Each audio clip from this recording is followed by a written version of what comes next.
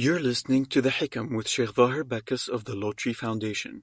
In this podcast, Shaykh Zahir explains the aphorisms from Ibn Ata'illah's famous book of wisdoms, Al-Hikam Al-Ata'iyah, a classical manual of spiritual development. Visit seekershub.org for online courses, our reliable answer service, and engaging media.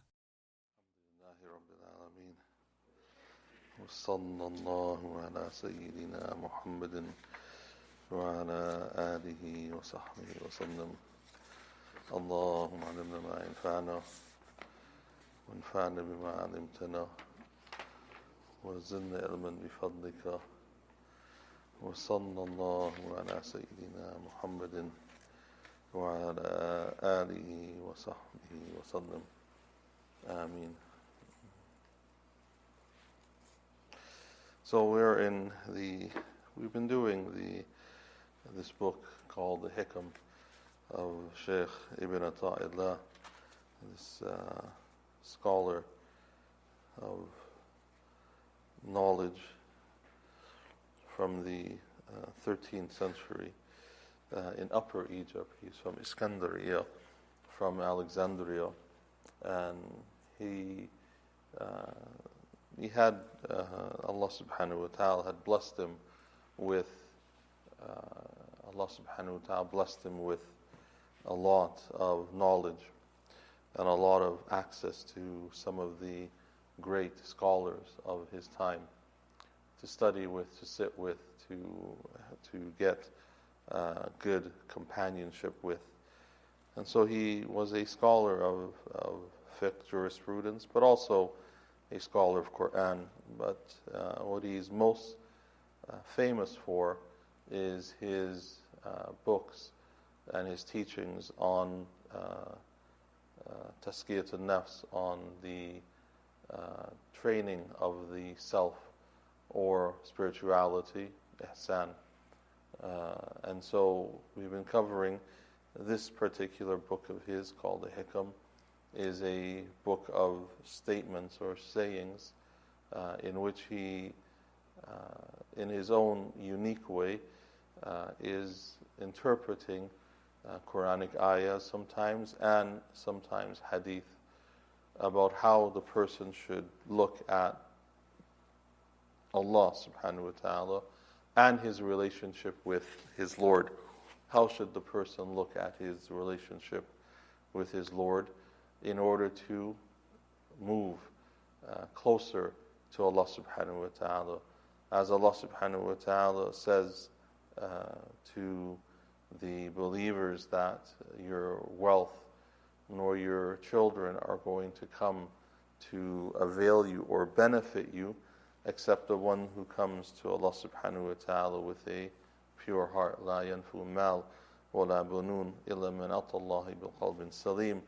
Your wealth and your children are not going to be of benefit to you except the one who comes to their Lord, to Allah subhanahu wa ta'ala, with a pure heart, a qalbun salim, meaning a heart that manifests in it love of Allah subhanahu wa ta'ala and attachment to Allah subhanahu wa ta'ala, and the heart that does not contain the love of this world solely for this world, or it doesn't have any attachment to this world. It doesn't have any attachment, meaning that it does not love things that and displaces the love of Allah subhanahu wa ta'ala. There are people who they love things. They love certain things. As Allah subhanahu wa ta'ala, He says that there are those who love idols and dad. Yuhibbuhum ka hubbillah. They love these andad, these idols, they love them like they should love Allah subhanahu wa ta'ala, meaning that the love of these things, of these idols, of these created things, displaces the love of Allah subhanahu wa ta'ala. It displaces it. It displaces the love of Allah subhanahu wa ta'ala. And then Allah subhanahu wa ta'ala says, then Allah subhanahu wa ta'ala, He says, as for the believers As for the believers, they have ashaddu hubban lillah, that they have a intense love for Allah subhanahu wa ta'ala. As for the believers, ashaddu hubban lillah, their love is intense. They have an intense love. That their love with Allah subhanahu wa ta'ala, or towards Allah subhanahu wa ta'ala, their love of Allah subhanahu wa ta'ala, it overshadows everything else. It overshadows everything else. It allows them to, when they make a decision or they want something, that love of Allah subhanahu wa ta'ala is what helps them to make the right decision. That love, the love that they have for Allah subhanahu wa ta'ala, allows them to make the right decision. And they're able to stay within the bounds of what Allah subhanahu wa ta'ala has laid down. Love of Allah subhanahu wa ta'ala. Ashadda hubban lillah. That uncompromising love that they have for Allah subhanahu wa ta'ala. So how is that shown? It's shown by them when there's a decision to make, or when there's a choice to make, that they think about what will Allah subhanahu wa ta'ala be more pleased with. They ask the right questions. Should I do this or not? Is this permissible or is it not permissible? Is this going to benefit me in the hereafter, or is it going to be detrimental to me in the hereafter? They ask the right questions. The ones who are in this category of loving Allah subhanahu wa ta'ala, of having an intense love for Allah subhanahu wa ta'ala, these are the questions that they ask themselves before they act, or before they speak, or before they hear something, or before they look at something, or while they look at something. They ask these questions because they want to stay within the bounds of what Allah subhanahu wa ta'ala has made. The bounds of the boundaries that Allah subhanahu wa ta'ala has laid down for the believers. This is the bounds that Allah subhanahu wa ta'ala laid down, and they stay within it. And one of the ways in order to display love of Allah subhanahu wa ta'ala is to then equate everything. And Shaykh ibn Ata'illah, in one of the sections that we've covered, he talks about gratitude. And gratitude, Allah subhanahu wa ta'ala talks about gratitude in many places of the Quran. Many places. لَإِن شَكَرْتُمْ لَأَزِيدَنَّكُمْ. Allah subhanahu wa ta'ala talks about that if you are grateful, then I will increase you. And it's emphatic. Allah subhanahu wa ta'ala says, وَأَزِيدَنَّكُمْ, with nun tawqeed. It's an emphatic that I will certainly increase you. If you are, the condition is based on you being grateful and thanking Allah subhanahu wa ta'ala. Meaning that you have to, when you look at things, you have to say that this is from Allah subhanahu wa ta'ala. That's gratitude. That everything that comes to you of goodness, you have to say, Alhamdulillah. That all praise be to Allah subhanahu wa ta'ala. So that nothing that comes to you, that you say that this is due to my work, or this is due to my knowledge, or this is due to the right moves that I made, or this is due to the right things that I did. No. You have to look, the one who is a grateful servant to Allah subhanahu wa ta'ala, any good things that happen to them, they thank Allah subhanahu wa ta'ala for it. They do not see it coming or emanating from themselves. They don't see it emanating from themselves. Allah subhanahu wa ta'ala, He says in the Quran also, He says that there's two paths, أَمَّا شَاكِرًا أَوْ كَفُورًا, that you have a choice whether you're going to be on that path of shakiran, of where you're grateful, or you're on the path in which you are kafura, that you are ungrateful, or in which you reject things. Reject what? That it's Allah who has brought these things to you. The path of denial. Kafura is the one who denies that Allah subhanahu wa ta'ala is in charge, or denies the fact that Allah subhanahu wa ta'ala, their Lord, is the one who brings to them, or is the one who takes away from them. And then Allah subhanahu wa ta'ala also says, and this may seem, the path of gratitude may seem like an easy path. You just have to thank Allah, keep thanking Allah subhanahu wa ta'ala. But Allah subhanahu wa ta'ala also says in the Quran, قَلِيلًا مِنَ الشَّاكِرِينَ, very few people are thankful. Why does Allah subhanahu wa ta'ala say قَلِيلًا مِنَ الشَّاكِرِينَ in the Quran? That very few people, very few are grateful, because sometimes people forget. They sometimes forget.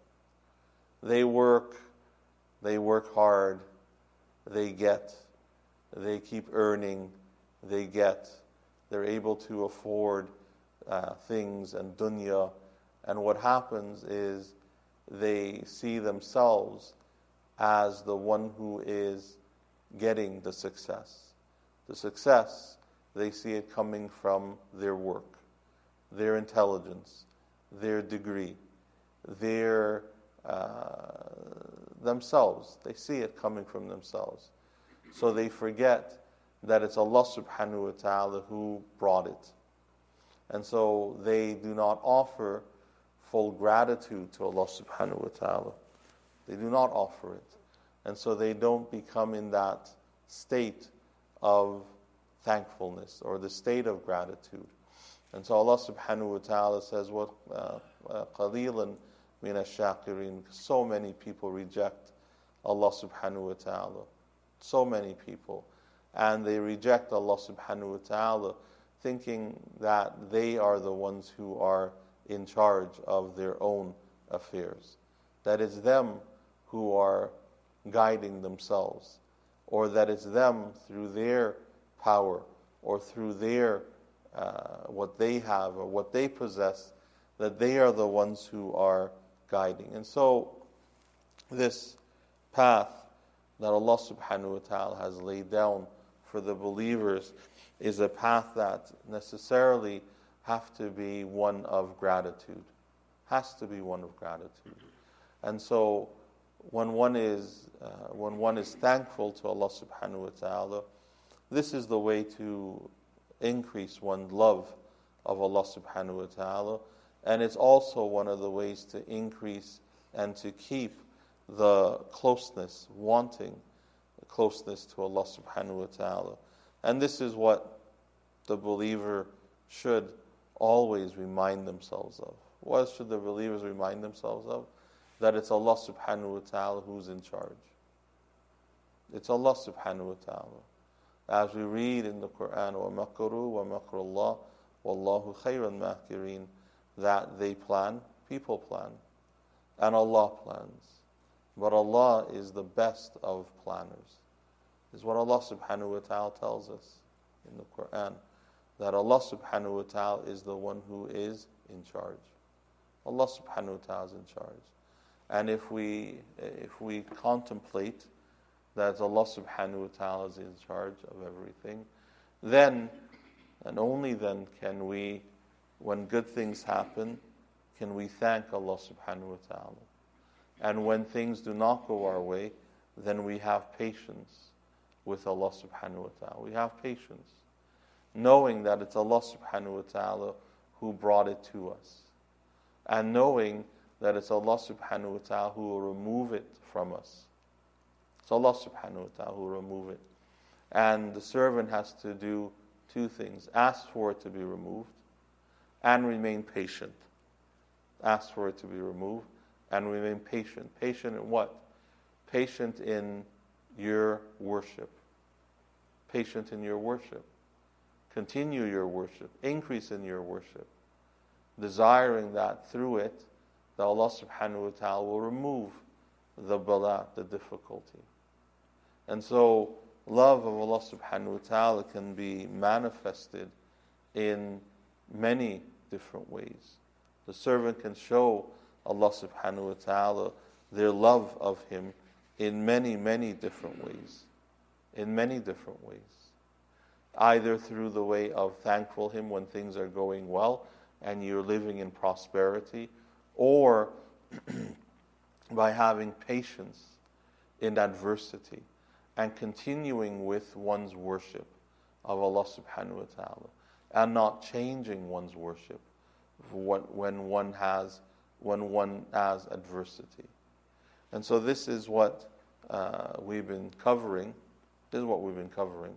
The ways to show or to increase one's love of Allah subhanahu wa ta'ala, at the same time how one should think or conceive of one's Lord, how to conceive of the actions that happens in this world, so that one is always on the path of thankfulness, gratitude, and one is also on the path of increasing one's love of Allah subhanahu wa ta'ala. Increasing one's love means that one has gratitude. No matter what happens to one in this world, that one continues to hope that Allah subhanahu wa ta'ala will continue to guide them, and that it's Allah subhanahu wa ta'ala who will forgive them, and that it's Allah subhanahu wa ta'ala who will have mercy on them, and that it's Allah subhanahu wa ta'ala who will give to them. It's Allah subhanahu wa ta'ala who gives to His servant. And so whenever we are given, in which we're given all the time by Allah subhanahu wa ta'ala, health or strength, or we're given the ability to see or to hear, that we are thankful to Allah subhanahu wa ta'ala. That we're thankful, and not to concentrate on the things that we've been prevented from. Not to concentrate on the things that we wanted that we did not get, but to concentrate on the things that we got when we asked Allah subhanahu wa ta'ala, and the things that we got even if when we did not ask Allah subhanahu wa ta'ala. If the believer is like that, then the believer will be in the state of gratitude, in which what will come upon his heart is love of Allah subhanahu wa ta'ala. Love of Allah subhanahu wa ta'ala. And it will take a position or a place in the heart, in which case that love will intensify as long as gratitude also increases and intensifies. May Allah subhanahu wa ta'ala make us from the ones who see clearly and the ones who see with clarity. And may Allah subhanahu wa ta'ala have mercy on us, our relatives, our parents, our elders, give them good health and long life. Those who have passed away, may Allah subhanahu wa ta'ala grant them His mercy, His maghfirah, and His shade.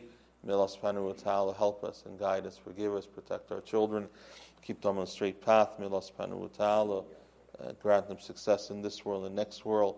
May Allah subhanahu wa ta'ala forgive us and forgive all of our brothers and our sisters. May Allah subhanahu wa ta'ala, those who are faced with difficulties, may Allah subhanahu wa ta'ala remove those difficulties, facilitate those difficulties with ease. May Allah subhanahu wa ta'ala grant us Jannat Firdaus and His forgiveness. May Allah subhanahu wa ta'ala make our homes from amongst the homes of the believers. Make our last words and our last deeds our very best. May Allah subhanahu wa ta'ala bring us closer to Him in each and every moment. وصلى الله على سيدنا محمد وعلى آله وصحبه وسلم سبحان ربك رب العزة عما يصفون والسلام على المرسلين والحمد لله. Thank you for listening to The Hikam with Shaykh Zahir Bacchus. Help Seekers Hub spread the light of guidance to millions around the world by supporting us through monthly donations by going to seekershub.org/donate. Your donations are tax deductible in the US and Canada.